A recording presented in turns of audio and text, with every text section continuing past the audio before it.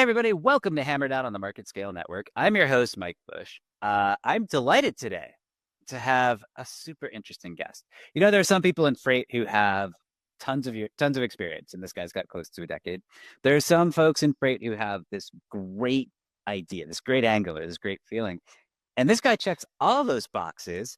He is the director of agent recruiting at HD Ships. His name is Matt Dahl. And he's also the host of Two Dogs, One Pod. So we're doing a little podcast exchange thing here. Matt, welcome to Hammer Down. Yeah, thanks for having me, Mike. Excited to be here. Definitely about 10-year experience in sales. Not a couple in logistics, but I just wanted to say that before people came for me. So No worries. So Matt, let's start right there. That's a perfect place. Tell me a little bit about your career path. What is it you do today? And then I can't wait to get into your title. yeah, so I guess so. I got into sales.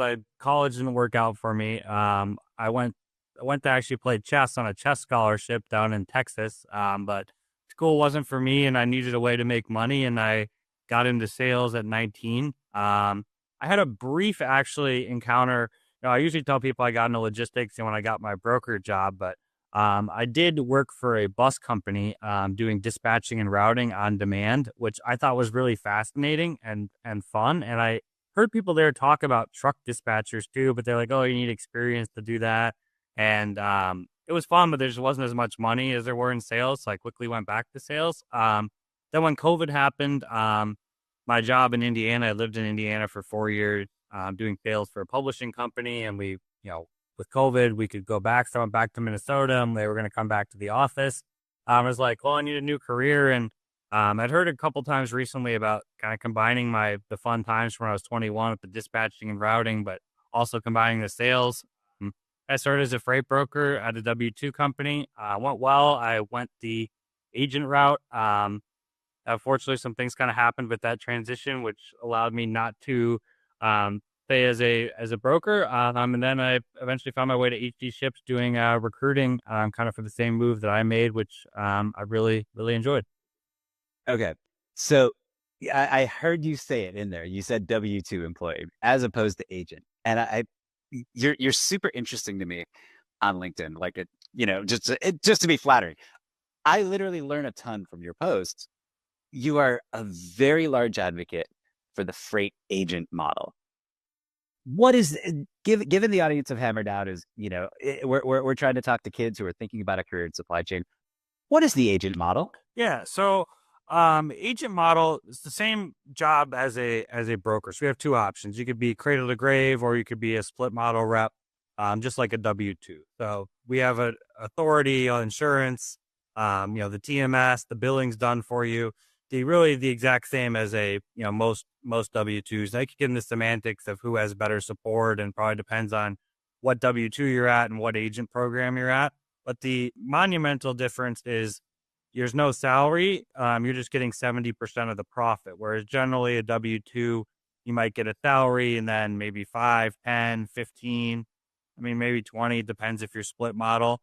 So you're a 1099 contractor. So there's no set hours of operation. You're your own boss. And you kind of just have the tools, to support yourself, but there's no salary to, fall back on. So I always tell people it's not really a good idea for your first logistics job, but if you have some experience, then it's can be a good path depending on the person. Okay. So now I'm guessing the answer is income. But if I'm a salesperson in a W-2 role, perhaps I'm working at a company, perhaps I'm working at Dahl Logistics, shameless plug. Why would I consider the agent model as opposed to, working just as an employee? Yeah, so it's interesting. Money, I thought, would be like coming into this role. I thought money would be like the number one, deciding thing for people to become an agent. That's kind of was what pushed me. And I just thought that was going to be the number one reason. But it's interesting. I would say number one reason I probably get is people who kind of want the freedom, flexibility. They may have a bad boss at their W-2 who's kind of micromanaging how they manage their accounts.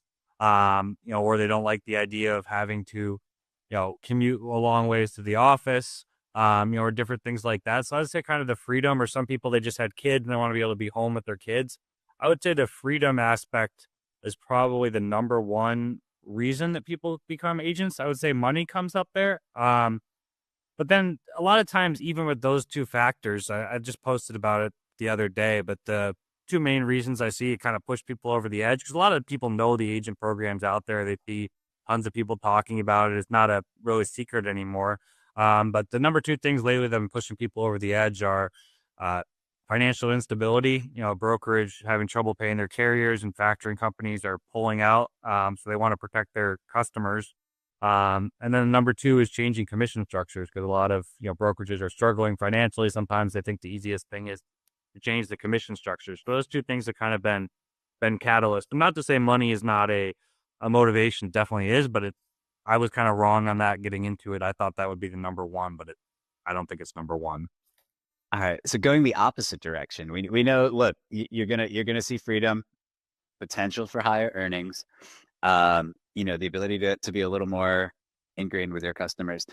If somebody looks around and says, I want to try this agent thing, what are the biggest red flags, or what are the biggest flameouts that tend to happen? Yeah, so it's interesting. I try to keep it level in talking about this, but there's a lot of people that, I think I posted 10 scenarios I wouldn't recommend being an agent. You have to have the discipline to be able to work from home and not have a boss. Some people need, somebody asking you how many calls you're making a day, and, overlooking you in that scenario. And also, I mean, it can vary. I mean, it varies depending on, your book of business and how experienced you are. But I mean, I always recommend you're better off. You shouldn't just hop into, you know, from like a trucking company or from a dispatcher and just hop straight into being an agent role. Because the income, it can take a while to build a book of business. You have no book of business a couple months, there's no salary to fall back on. So I always ask people, and I'd say the majority are coming with the book of business, but our number two agent had no book of business. They had a ton of experience though, and they had built up a six-figure a profit book of business a month in the past. So they knew kind of how to do it, and they had the financial, security to go a little bit. Um, but I would say kind of the number one red flag is just kind of lack of experience in that regard. Got it. So Matt, if I swap to a 1099, which theoretically, simple terms is basically a freelancer. Am I able as an agent to work with multiple trucking companies? Am I selling competitors against each other? How do you draw those lines as an agent? Yeah, so every agent program is different. One kind of reason I like recruiting for HD Ships is we don't have an exclusivity agreement. So what that means is now we have our LTL platform going live this month, but before that we weren't really that strong with LTL.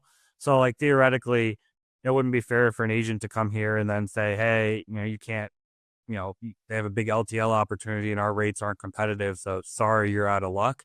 So as long as we know about it, we can have an agent moving their truckload and drayage here and moving their LTL at a different agent program. No, I'd say it's kind of a mix. Some agent programs do have exclusivity clauses, meaning you can't be working for multiple agent programs at the same time. And I would say 90% of agents aren't doing that anyways. But there are some kind of unique cases. Like I guess that's a selling point to some of the larger agent programs I'm selling against. I always tell them like, hey, you can try out a customer here. You don't have to leave your current agent program. Say there's a customer it's something already taken at your other agent program, or it's something not working out and you want to just test out a customer, which there's not a lot of jobs you can kind of test out before you see how it is. That's one thing I like about not having an exclusivity contract. I'd say that's about 50-50 between agent programs. Some have exclusivity, some don't. Okay, gotcha. So I'm with you so far. This is really interesting. Matt, we also talked about the fact that you're co-host on a podcast. Let's talk about the show. Yeah, it's been a lot of fun. I think I've kind of learned more about the industry doing that probably than I did as a broker. As a broker, I mean, seafood, reefer, I was in a very niche that I knew well, but a lot of aspects of the industry I had zero idea about. And probably even if I had been a broker, for 5 years, wouldn't have known about, because I just knew my clients and what they did. But the fun part about the podcast is, we've talked to different freight tech companies, shippers, CEOs of brokerages. I'm always learning new stuff. That's probably been the most, fun aspect of it for me. I've just learned a lot doing it. Oh, hey, you're preaching to the choir on that one. I totally understand. So, hey, one of my favorite questions to ask guests on the show is, if you're talking to a newer recent college grad and they say, Matt, I'm thinking about supply chain or I'm thinking about a logistics career, what's the piece of advice you would give that kid? Uh, don't sign a non-compete would be my number one thing. And before you look at a company too, reach out on LinkedIn, ask. I even tell potential agents to do that too. Reach out to a couple people at the company you're interviewing at and ask them like how things are going. I think whether you're being looking for an agent role or you're looking for a W-2 sales role, you know, that's a big thing.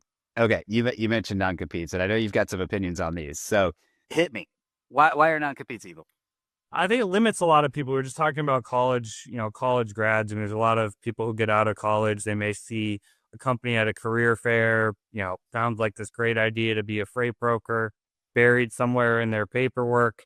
And then things change at companies, commission structure, leadership, bad boss, and they're like, oh, I want to go work for a different company. You know, and then they're no longer able to. Now, non-solicits I think are different. I mean, I think they're understandable. Obviously a lot of sales reps, myself included, may not be a fan, but pretty much most brokerages have non-solicits, and that's pretty standard. I don't think those are going to go anywhere, and I think it's debatable whether they should. But non-competes, I don't really think. I mean, a lot of it's interesting in Colombia. I was out visiting Colombia. Like non-competes don't exist in that. I don't think even non-solicits exist in that country, but the U.S. is kind of unique with the whole non-compete thing, especially the logistics industry. I mean, I've been in sales since 19. That was the first. Before getting into logistics, I didn't really even understand non-competes were a thing. And I think a lot of recent college grads, they've never had a job, never been in sales. They don't have any idea really what that is. So let me make sure we're explaining this accurately here. A non-compete is a clause in a contract that says I cannot go work for a competitor. A non-solicit is I can go work for a competitor, but I can't call my current customers. Is that the easiest way Yeah, to think that's a about it? great explanation. Okay, perfect. Cool. So non-solicits make sense. Non-competes, kind of brutal, kind of awful. Yeah. And I understand the argument too. I mean, there's a lot of people in the agent space who don't think non-solicits should exist and the customer could just work who they want and who the relationship is. But I also know a lot of freight brokerage owners. And I mean, you can see that from, their perspective. You train somebody, you don't want your customers, going off somewhere else too. So, I think that one's a lot more of a complicated issue depending who you talk about. But I think most people overall that I've met in the industry are against the non-compete part. Majority, I Got would it. say. So Matt, one thing I think is really kind of fun. You and I have been lucky enough to meet at a couple of different conferences and shake hands. What's kind of your conference schedule and approach? I wish I would have like some like great conference approach. I hadn't really been to one, so my approach might be different now. I was just kind of going to network and meeting people and kind of like a new experience for me. So I didn't have like some like super game plan, especially doing what I was doing, with agent recruiting. I mean, there's not like potential agents just like kind of wandering around there. Like maybe if you're like a tech vendor, you know, going to one. I was surprised it manifested. Two people saw I was going and messaged me that they wanted to talk about it. BCS. I didn't have that, but um, I would just say, network. I mean, not really have a. I mean, I was kind of you can kind of tell the difference between tech companies I noticed at those conferences who are like trying to hard sell you and like, or the ones that are just trying to make connections. They're still selling, but not in like a kind of in your face, kind of direct way. So it's kind of interesting to see kind of the differences there. Obviously, I think one approach is a lot better than the other. We actually just signed a contract with a tech vendor who took the laid back approach. I met him at BCS, and we had lunch, and it wasn't really a need. We didn't have the volume yet for his particular service, and we had some potential agents that need that service now, and he was the first person I thought to. We actually just signed the contract with them last week. So I mean, there's some long term kind of goes with what I was saying earlier about kind of long term and the kind of the approach. I think it's best at conferences, but Yeah, it makes sense. I would tend to agree with that. And is there anything we haven't touched on, anything I haven't asked that you want to make sure we get a plug in for? no, that's not nothing that comes offhand. I guess conferences are really fun. If you're new to the industry, I'd never been to a conference. I know you and I have met at a conference. So many people from LinkedIn. I was probably one of the most enjoyable parts of I went to Manifest and the Broker Carrier Summit. There's a lot of people from LinkedIn that I'd never met in person. So if you have an opportunity to do that, I would highly recommend it. Also, sometimes the ROI can come, much later. I had somebody I met at an industry event, last October, recently signed as an agent. It was kind of cool because we had already met in person and never really pitched him on the agent thing. He had just reached out. So, I mean, I think some people kind of look at maybe conferences like, oh, well, where's the immediate ROI? But there's some long-term ROI, and it's just, fun to get to meet a lot of people. So I'd encourage anybody, if you haven't been to a conference, go to a free conference. I understand, man. Hey, so Matt, if somebody who's watching this episode or listening to this episode, rather than on YouTube, Spotify, iTunes, any place to get their podcasts, why does every podcaster say exactly that? Wherever you get your podcast, what's the best way for somebody to get in touch with you, I sir? would say LinkedIn. It's kind of interesting. LinkedIn, I would say text, but I probably check my LinkedIn messages even more than my text and email. So, look me up, Matt Dahl HD Ships on LinkedIn. All right, man. Terrific. Appreciate you being on the Yeah, show. thanks for having me.